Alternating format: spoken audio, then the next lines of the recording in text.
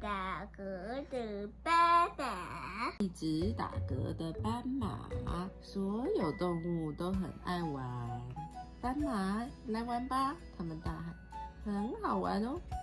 斑马说：“不了，谢谢你们，我很忙。”斑马是非常严肃又高贵的斑马。他说他很忙啊，因为他想要看报纸。看报纸。他想要读很多新闻啊。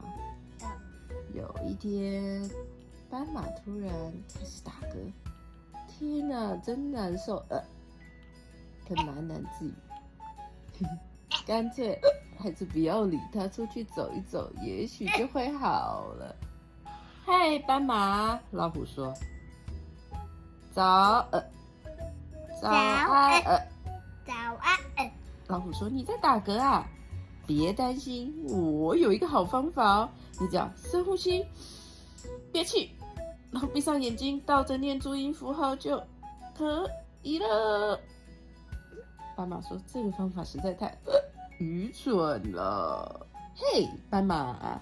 猪小姐大叫：“和我一起溜冰吧！”斑马说：“早安啊，猪小姐。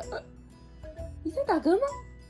我有一个很棒的方法哦，你只要弯下腰，把头放在膝盖中间，然后倒着喝一杯水。”斑马说：“不必了，这个方法实在太丢脸了。”斑马在打嗝，小象说：“我每次打嗝的时候，我就用单脚在原地咚咚的跳，一直跳到跳不动为止哦。”大象笑着说：“我也是啊。”斑马说：“我绝对不要。”说完，他就又遇见了鳄鱼。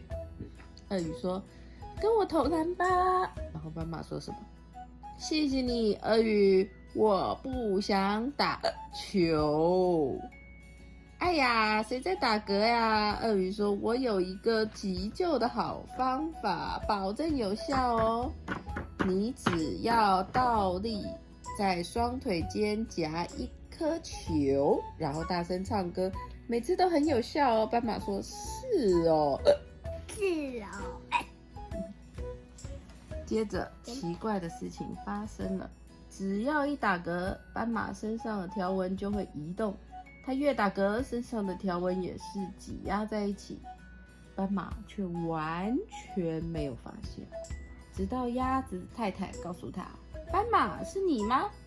你看起来好奇怪哦。你是说，我的声音很奇怪吗？我在打嗝。”鸭子太太说：“我是说，你看起来很奇怪，你看看自己吧。你看斑马变怎么样？”“我不知道。”“哦，天哪！”斑马惨叫，“这到底是怎么回事？我看起来好好笑哦，我美丽的条纹呢？它从细条纹变粗条纹了，是不是？”斑马又说：“我应该试试那些方法的。老虎刚刚说了什么啊？我想不起来了。赶快回去找老虎吧。”在老虎家，斑马先深呼吸，接着闭上眼睛开始念。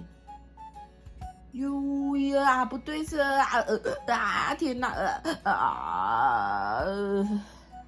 老虎偷偷的笑。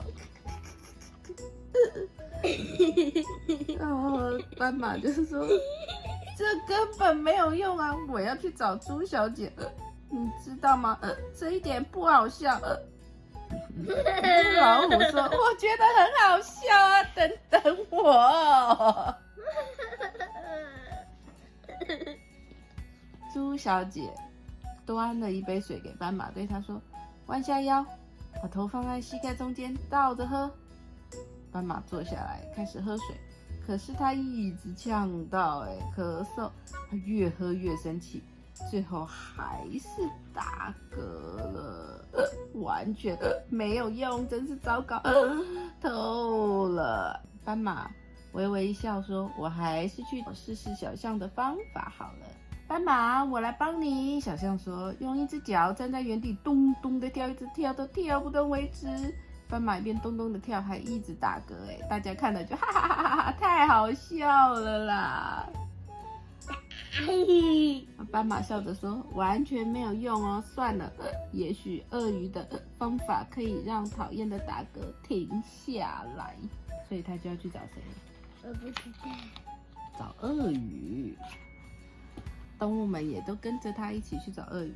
鳄鱼说：“先倒立，在双腿间夹一颗球，开始大声唱歌。”斑马只是笑个不停，哈哈哈哈哈，太好笑了啦！鳄鱼又说了：“如果你一直笑，就没有用咯。”斑马说：“我实在是忍不住。”然后呢，就算倒在地上了，他还是哈哈哈哈笑个不停哎。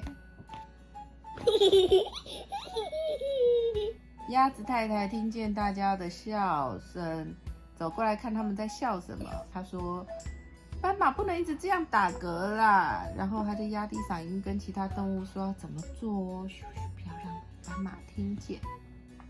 斑马突然被泼了一身湿，啪，他终于笑不出来了。他说：“这不好玩，一点都不好玩。”但是，嘿，他不打嗝了耶！吓吓他还真有用，他好啦！鸭子太太说，其他动物也大声欢呼说：“太棒了！”斑马就说：“可是我身上没有条纹，看起来还是怪怪的耶。”冷水让斑马全身发抖，他打了一个大喷嚏啊！啾！那喷嚏就产生了一个神奇的效果，它全部的条纹都回到原来的位置了耶！斑马说：“2个毛病都好了，谢谢你们。”老虎说：“可是你也感冒啦，那我有一个好方法哦。”其他动物说：“我也有，我也有。”斑马说：“我也有。”他就笑着挥挥手，跟朋友们说再见。他回到家，洗了个热水澡，泡杯热茶，躺在温暖舒服的床上，心里想：明天该玩什么游戏好呢？The end。还没立哎，已经 the end。还没，再讲一次。